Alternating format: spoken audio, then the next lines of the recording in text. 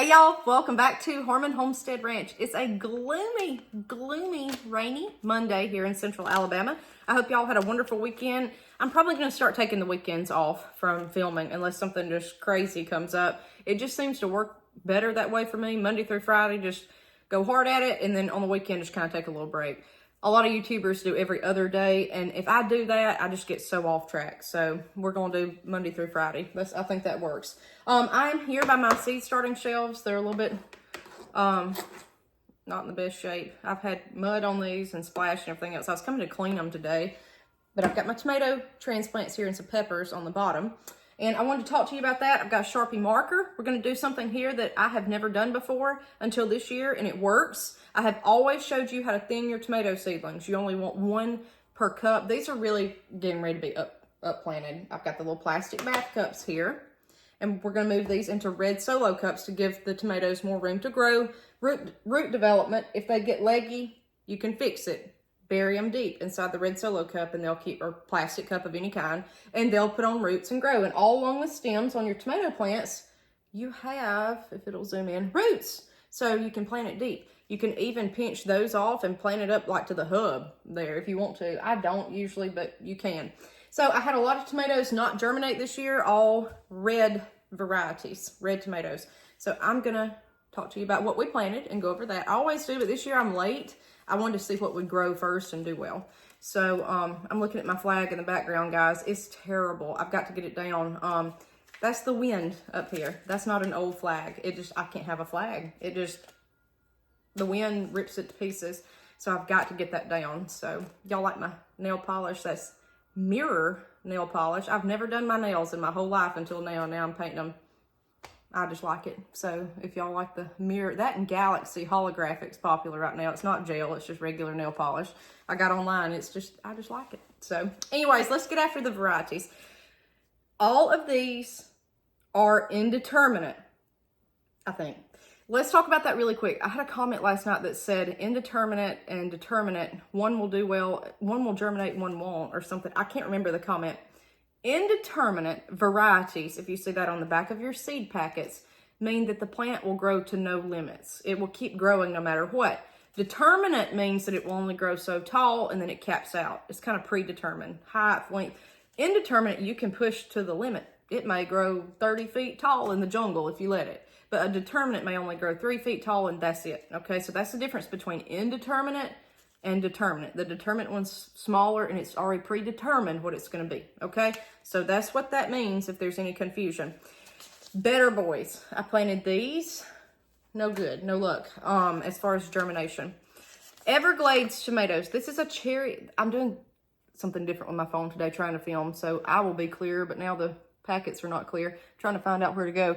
Everglades. These are an indeterminate cherry tomato that are prolific. This seed is old. I started some last year. I don't even think I ended up planting any. I don't know what happened. I think somebody got them from me, a family member. But anyways, 80 days, indeterminate, and they will grow to no bounds. Okay, they are prolific, and I started those from Victory Seed Company. I've used them before. I think it's out of Virginia, I think. It's maybe not. Maybe I'm thinking of Will Hite. I use Victory, Will Hite, M.I. Gardner, Southern Exposure Seed Exchange. That's Virginia, I think. It's all Southern stuff, okay? Except M.I. Gardner, but his stuff does great down here for me. Those companies work great. Everglades. Okay, big boys from Fairy Morse here. Early girls. And that was really all my red tomatoes. And I did a whole tray here and had maybe 30% germination. Not great. Okay, the rest are M.I. Gardner. Hillbilly tomato. There, maybe I need to hold it back for you guys to see. These are all my colored tomatoes that are just wacky. You need red tomatoes if you're going to can. You can't can a lot of these different colored tomatoes because the acidity is off. So I would be very careful, like yellow and black tomatoes. Purple tomatoes, I would be very careful with that. So I am probably going to end up having to buy red tomato transplants. But I will say, we're going to try to salvage some of these where I've got duplicates today, and I'll show you that. Big rainbow tomato, Brandywine black. These are all heirlooms that I'm talking about now, but I'm not saving seeds. I just wanted to have different varieties. Black from Tula. I grew this last year, and it was great. It really did well. Cherokee Purple, this is known, okay? Everybody knows Cherokee Purple. Mortgage Lifter, I grew that last year. They were huge. What I did not like about Mortgage Lifter is they cat face really bad. If you know anything about tomatoes, cat facing is the bottom where it scabs over, and because it's so big usually, and it's too big to can unless you dice it or puree it. You can't can it for fried green tomatoes. And it was just huge, and it's prone to rot because it's so huge, and it stays on the vine longer because it's so big, and so it's more susceptible to getting pecked by a bird maybe, or just disease getting to it in general. So I'm not a huge fan of the humongous tomatoes, and I don't think any of my Mortgage Lifters germinated. Abe Lincoln tomato, this one's good. That is a red. Brandywine Pink, I don't think I had any of those last year. Floriday tomato, this is great in the south because of humidity. It's a red one. And Black Seaman, I don't think I had any of those germinate either this year. Last year I had trouble with all of my colored tomatoes germinating, and all my red ones did fine. So this year is opposite. So let me show you here what I've got and what we're going to do. So I have, out of 1, 2, 3, 4, 5, 6, 7, 8, 9, 10 Everglades. They all germinated. And this is a happy little Everglades tomato. They're shorter and smaller than the bigger varieties because it's I guess just a cherry tomato, and it's not going to be as leafy. But I love the leaves on this. It looks almost like an oak leaf. The leaves are very different than your regular tomatoes over here. That's curling a little bit. They need to get separated. So let's talk about that. What I've got here, I've got 1 or 2 big boys, a few early girls. My big boys did not germinate. My better boys did not germinate at all. I don't think I have but 1 or 2 of those. 1 or 2 early girls. Over here, the whole tray is loaded with all the colored tomatoes. If you see empty cups, that's peppers. That was a hit or miss this year too. I did banana pepper, bell pepper, jalapeno pepper. So it just, some years it's good, some it's bad. If you can see here, I've got 2 little pepper plants right there. Those are bell.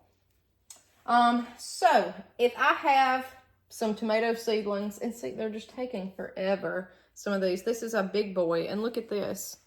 If you can see, I don't know if it'll, there it goes. He's just now trying. I planted these February the 24th. It's almost March the 24th. It's the 23rd. That's a month, but everything else is like this. I don't think it's my soil optimally what you would want to do for this, to separate these. You've got 2 in here, and they're huge. You want a new little cup. I'm using the ones that didn't germinate, okay? And that's soil potting mix. You do what you think, okay? I'm using this mix right here where it did not germinate. That's a big boy. So I'm gonna cross that out, and let's see. Well, that was 2. So I'm gonna write the new thing that I'm gonna have in here. Big boy on the side, so I'll know the variety. And I'm using a Sharpie marker. Do not use a marker that is water soluble. You want something permanent, because watering these, it'll wash right off, okay? So I've got that. What I'm gonna do, you can take your marker or take your finger. I'm gonna make a hole down in the potting mix like that. If you can see, I'm having trouble with this camera, guys. Right down in there like that. This scares me to do it, but we're gonna do it, okay? You can take this out completely. And I think, just for good old time's sake, I will. All right, look at the roots there. Beautiful. But they're wrapped around each other. You can actually split this in half gently, but I don't want to do that, okay? So what I'm going to do is I'm going to put it back in there like that, and I'm going to take a plant. I'm going to take the weakest link. That's what I'm going to use. Use the smallest one. Hold the other one, kind of stabilize it, and I'm going to gently tug upwards. Normally I tell y'all to cut it. I'm going to gently, you may have to kind of wiggle it out. You can feel the roots snapping, but I'm not too worried about it, because guess what? There's roots all up and down that stem. See the fur, the hairs? That's roots. You got roots on the bottom. I know some just broke. Now on this, pat this down really well where you just pulled that one up, okay? So he's undisturbed. So we know this is just, you know, kind of a crap shot here, but we think it'll work. So take this. Now he optimally needs to be upplanted right now, but I don't have any cups. I'm gonna put make sure that those long roots are way down in there, and then I'm gonna cover him up. And you have a new transplant. Make sure to water. I don't know why this whole time, and I think it's because I've seen this before online, and that's what's being told. Like, he needs to be upplanted, guys. He really does. But I just put him down in there. He's secure now, okay? The whole time on the internet, as soon as you have seedlings, they'll say to snip one because they don't need to compete for nutrients. Well, I double planted all mine because I had such bad luck last year with these germinating. And the ones that germinated, all of them did great. So I said, well, I hate to cut these because I really let them get away from me instead of snipping it. But I thought, why not? Apparently, 2 will grow in a cup just fine. I mean, look, everywhere. I've got 2 tomato plants everywhere of the ones that germinated. There. Oh, Paul Robeson, I did plant that one. I didn't have that one to show you.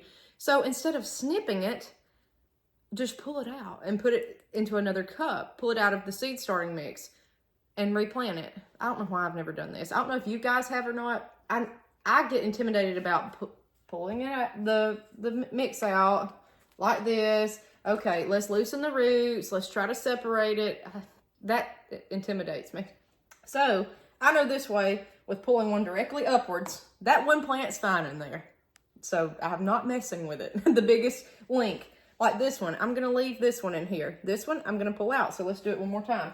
I think it will, that's just great to me. I don't know if y'all do that or you've never thought of it like me, but hey. So again, I would use fresh seed starting mix, but if I told you what to do, I'm just using this here, okay? Because I think it's just fine. I think the seeds are just not the best.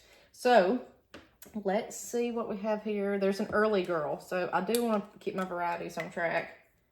And those are pretty spindly. So let's see here. Early girl.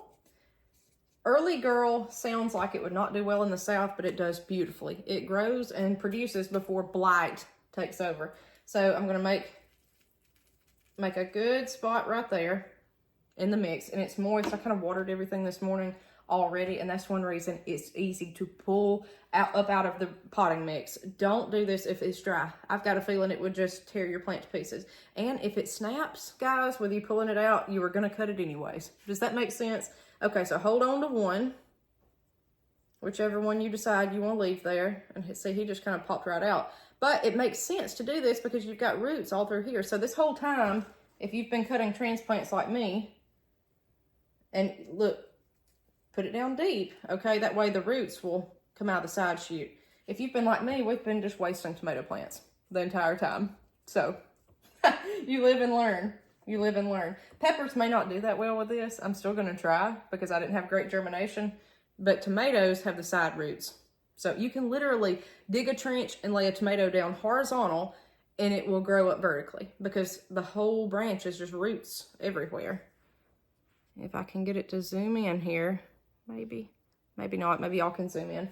And so on this one, he kind of plopped over a little bit. I'm just going to prop him up, pat him down. You just want good stem and root contact with the soil with all those little furry side shoots, and they'll do fine. That's why you can upplant tomatoes so easily, because their roots will just form. So let's do one more here, and let me show you this one. This is one of my Abe Lincolns. Like, he needs to get upplanted. He's got a large stem here, okay? He's got the fur on each side. He's got true leaves. You don't want to do this until they have true leaves. And I was going to see a start here that may be delayed. So like this is a better boy that just sat here and he kind of puttered out. He's got 2 little baby leaves. The center is where the true leaves will come up. Don't do anything until you see the true leaves. Okay, those are your 2 original leaves. And then the stem comes up through there. All right, so him, I'm just going to pluck out. But this is super easy. It's super, super easy. And especially if you don't have a lot of tomatoes started, or if you just don't want to snip them, you can do this. So let's do the Brandywine Pink. I just pulled him straight out. See, there's no roots on this. It's just one little one. He just puttered out. And that's okay. Some seeds just don't make it. Brandy Pink. Brandywine tomatoes have like a potato leaf. It looks like potatoes, potato leaves. Make the hole in the potting mix. Okay, I'm gonna hold on to the biggest one. and stabilize it with my hand.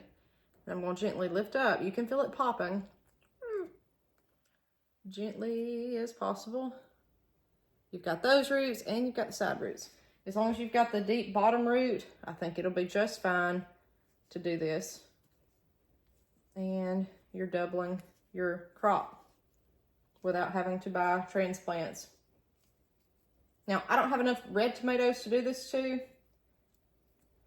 but we're gonna do with what we got. And so on here, just make sure those roots are covered up in the other ones that you first had. So just kind of cover it back up.